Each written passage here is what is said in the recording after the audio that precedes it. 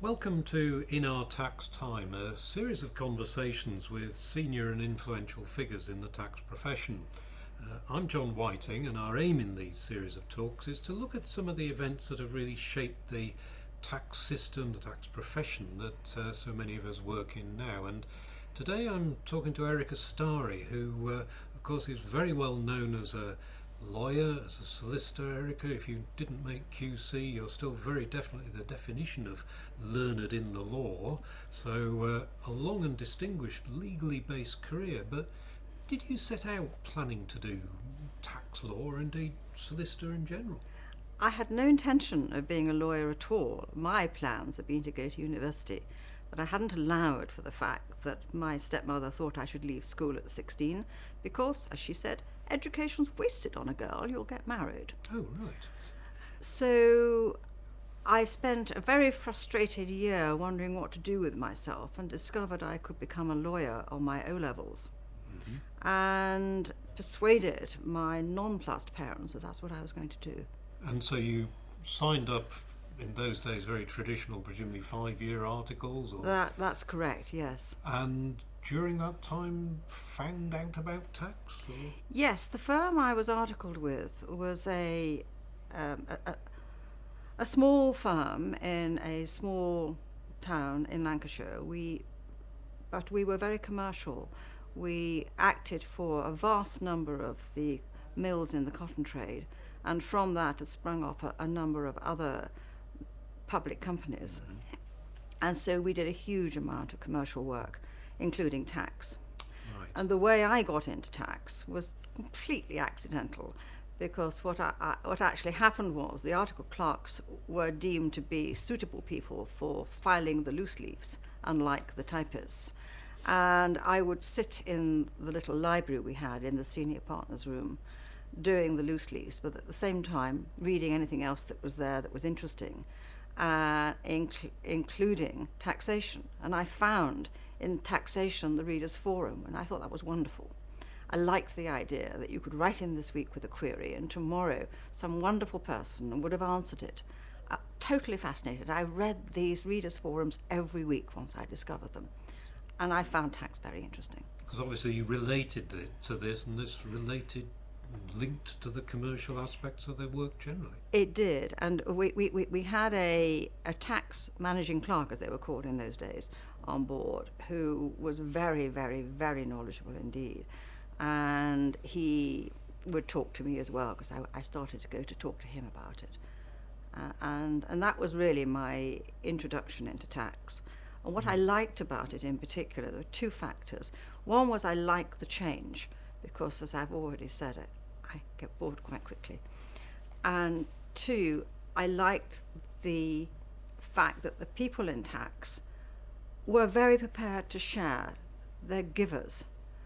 And that's a really nice collection of people to work with. Yes, I completely understand what you mean, and that's the environment that drew me into it as well. But sticking with your qualification and early days in tax, I mean, there was tax in the solicitor's exams, a revenue law paper perhaps, but was there any particular training for tax that you went through, or is this all really self-taught?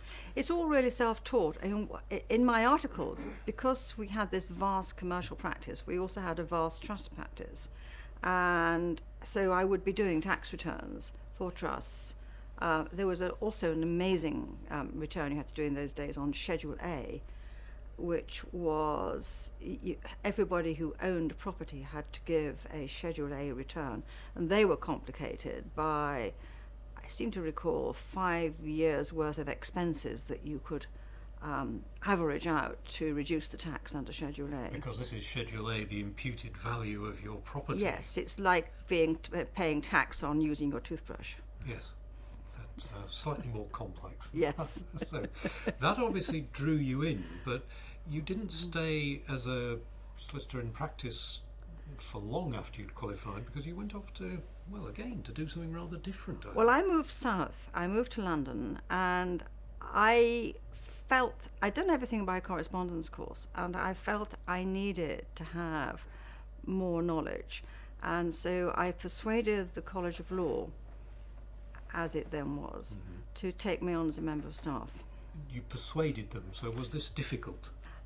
They were slightly bemused by the idea that they would have a girl lecturer on board. Bemused by the fact that they would have a girl lecturer. That's interesting. Yes. Well, there weren't any. So, and I said, well, you've got girls coming in. You need somebody on the staff to mentor them if they have problems. And so they accepted that and hired you. Yes. I don't think they thought I would stay, but I was actually there for 7 years. Right. Had a great time. Learnt a lot. Learnt a lot and taught a lot. And Yes. so that really, well, you obviously enjoyed lecturing and teaching. Yes, I did. It was great fun. And I was initially put into teaching basic contract law, which was actually an extremely good thing to do, because contract law forms the basis of much of the law that you come across. I then went off into doing the commercial aspects, and from there I worked my way into company law, and then I worked hard on persuading them to let me teach the revenue law paper. Right. And now we're talking sort of late 60s and some women coming into the legal profession. This would be about 1968-ish. And the attitude was that I was a mere girl. I couldn't possibly do tax because we men find it very hard. To which I countered that I find it easy, and if the boys, because they were usually boys in the class, see me teaching it, they'll know it's easy and they'll learn it fast. Which is a nice way of putting it, because speaking as a boy, I found tax difficult. I think we all still do, but it really is quite a contrast to today when, well, the majority of CIOT, ATT students are women. In those days, very few women coming through. There were very few women in the professions generally. There were slightly more in law than there were in accountancy, but I was very often, in the latter part of the 1960s, the only woman in the class. The women began to creep in by the late 60s, so that by the early 70s, by the time I left in 1973, I would have said on average you had about 25% women students. And the women presumably seeing the boys actually managing it, so if they could manage it, well, women could certainly manage it. Yes. But of course, you say you left and you, in a sense, reverse engineered, because you went off and did a degree at the LSE, and then of all things went and joined the revenue, I think. Yes, the background to the degree was that by the early 70s, all the professions were going all degree. Of course. And I felt very worn down on my O-levels. I thought I needed a degree, but I didn't want to do a first degree, because that meant, if you like, going backwards. So I read very carefully the prospectuses for the master's degree courses and discovered that there were ways in. So I sent in an extremely carefully worded application to LSE and went and did the tax and company law course. Got your master's there. Got my master's. But as I said, joined the revenue. I thought at the end of my master's degree that it would be a very good move to go to the revenue. I had in mind being an inspector of taxes, but the civil servant's view was that as a lawyer I had to join the solicitor's office. My view was that I would stay there for 3, 4, 5 years, maybe longer, but then I would use it as a stepping stone to go into the city.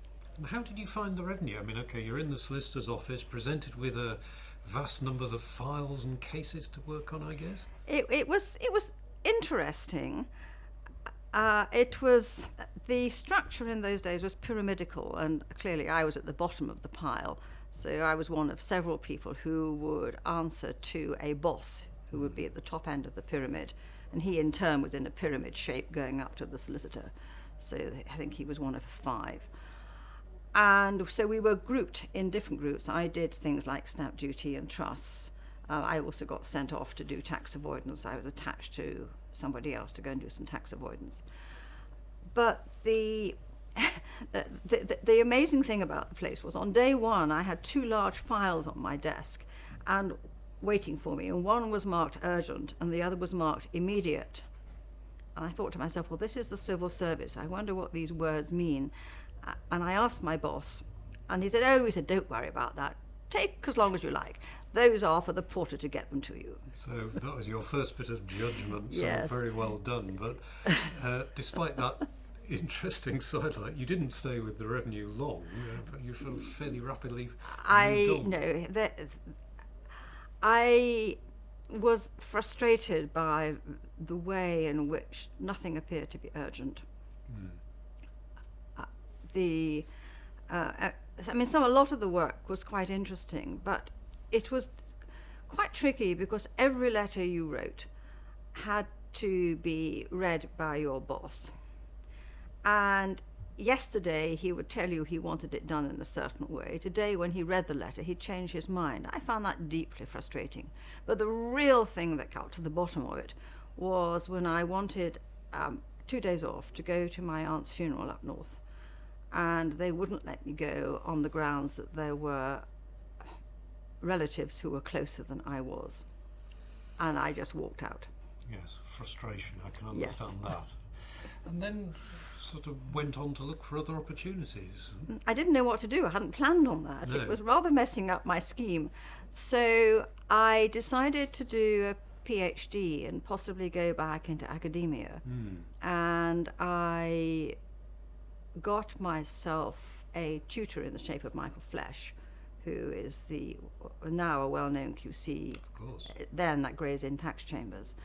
And I decided to do it essentially in trusts and tax law, and I spent a lot of time doing lots of lovely research in various libraries in London, finding out about trusts and what motivates people to believe that their children are not suitable to have the cash outright.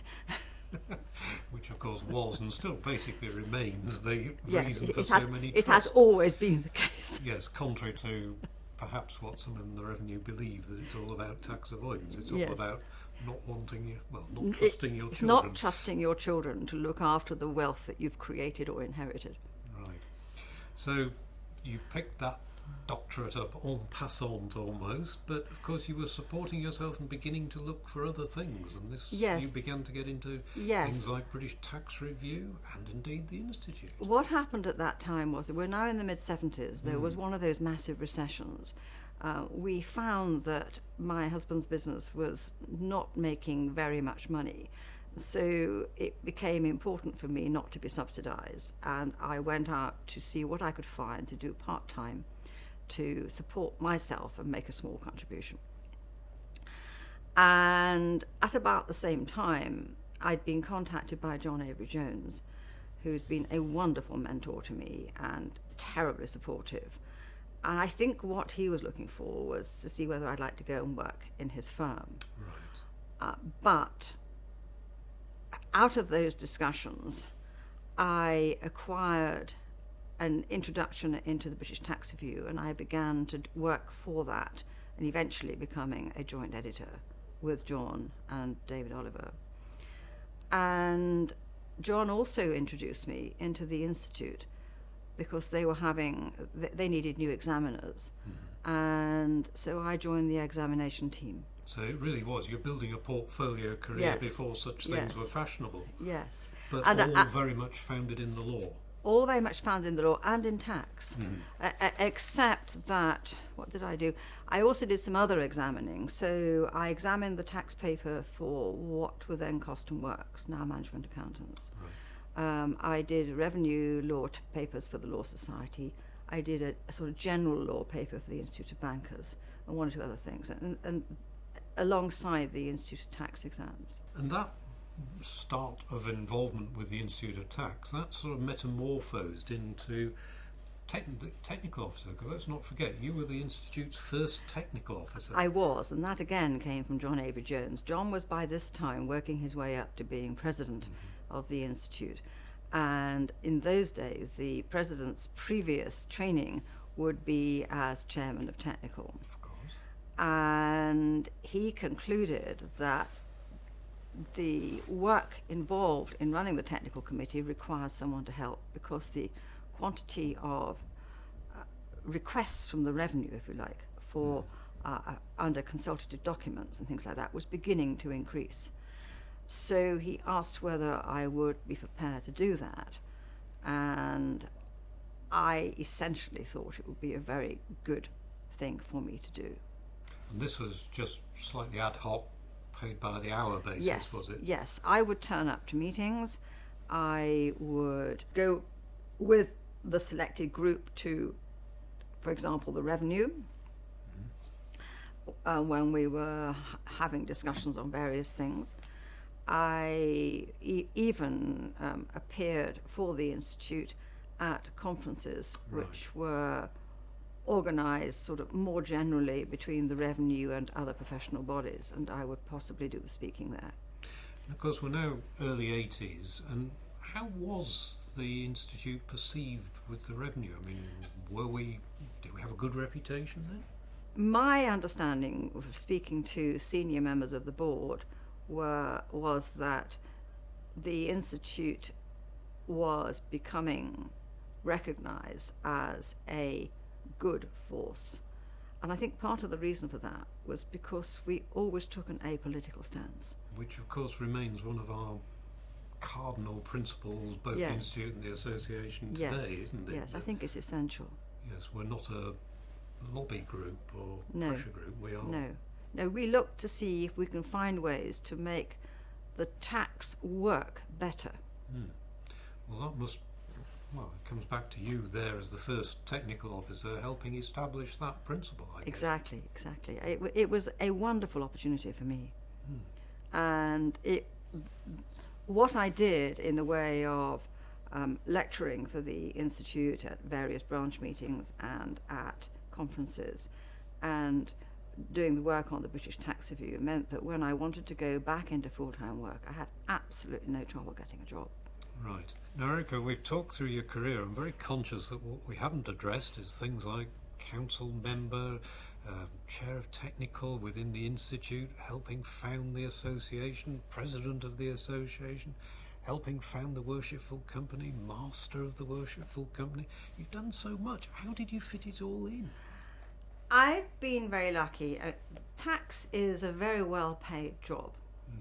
If you don't need lots of money, and I haven't, then that means you don't have to spend your entire time pursuing mammon, and you can give lots of time back. I was very happy to do lots of pro bono work. Indeed, a number of my cases were pro bono, because I felt, well, that's a job well done, and somebody is entitled to have the job done. So it was the same with working for the Institute and for the association, and indeed for the Worshipful Company. If I enjoyed doing it, I was happy to give the time. And I could afford to give the time because I didn't have a need to make the vast amount of money that you can make as a tax lawyer if you put your mind to it. Well, very well done, and a lot of people should be very grateful to you for the amount of time and effort you have put in. But throughout all of this, it's clear that the law runs like that proverbial golden thread through your career. I mean, do you see yourself as a lawyer who's done tax, or as a tax person who happens to be a legal person, or is it all the same to you, Erica? I think it's all very intermingled. I've enjoyed being a lawyer, and I've enjoyed doing tax from a legal perspective. At the end of the day, as a lawyer, it's much easier to read and construe statutes because that's your job than it is for somebody who's versed in figures who then has to go and read words. I think I fail to understand why the accountancy profession has quite so much influence in tax in the UK, unlike the States where it's mainly lawyer-based. Somehow or the other, the lawyers have lost their way, but I think they make very, very, very good tax advisors. Well, I must admit, I've always felt that as a long-time taxman, although I came from an accounting background, in a sense I'm as much of a lawyer because tax is so much legal-based. And It it's is. very interesting what you say, that arguably the law profession rather lost tax in years gone by. I think the reason we lost it was to do with the requirement of a company to have an auditor. And so therefore the auditor began to influence the way the company's tax was run. I think that's where it came from. And looking back at your career, Erica, you've had a fascinating mix of things, but you've definitely had to sort of carve out your own route and do different things and go different ways. Do you see today's students starting out having a similar sort of challenge, or do you think they got it easier or more difficult than you did? I think it's very hard for the young today. There's no job security. When I started out, you joined a job, you could be there forever. Nobody would sack you. They'd be quite happy to have you. You just sort of potter along. Today, no, that's not the case. You have to be really sharp with it, earning hard from day one. But at the same time, you've effectively been treated as a child for a much longer period. So that before you get into the profession, you've incurred vast debts going to university and getting your professional qualifications. And now you're in your mid-20s with big debts, and you have to now go out to work in in not necessarily a stable environment. Yes, it was tough for me because I was a girl, but equally it meant I could get away with a lot. Because they say, oh, well, she's only a girl, she can do that. They shrug their shoulders. So I could get away with a lot, but there was also a lot of there was the discrimination. The discrimination today is different. It's still there, but it's different. It is easier for women to get in, subject to what I've already said about the finances and the job instability and so on. So I think I was very fortunate. So you wouldn't change it? Not at all. Erica Stary, thank you so much for sharing your thoughts and reminiscences with us. Somebody who has made a huge contribution and is certainly learned in the law. Thank you. Thank you.